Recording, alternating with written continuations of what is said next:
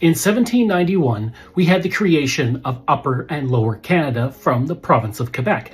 Now, Upper Canada made up pretty much southern Ontario for the most part, and the man in charge of Upper Canada was Lieutenant Governor James Simcoe.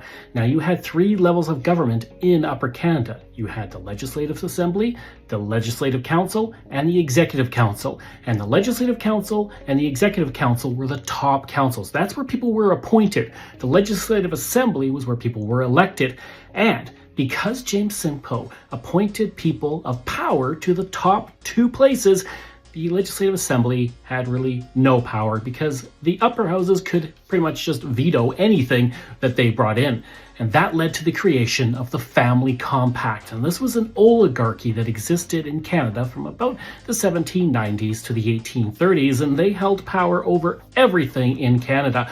The religious aspects, the law, the schools, the government itself, they were the ones who controlled that power. That's why they're called an oligarchy. They were so powerful that at one point they took the printing press of William Lyon Mackenzie, who was a vocal critic, and they threw it in the lake in front of dozens of witnesses, as well as the Attorney General, and nobody was prosecuted because they controlled the laws.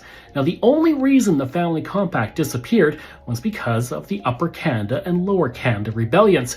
That led to reforms and the uniting of Upper and Lower Canada into the province of Canada in the early 1840s. Those reforms eventually led to the creation of responsible government in Canada in the late 1840s and the ending of the power of the Family Compact, who for several decades really kind of prevented progress in Canada and made sure that things like responsible government and a government for the people, by the people, so to speak, would never come in. But eventually they lost all their power and were ushered into the mists of history.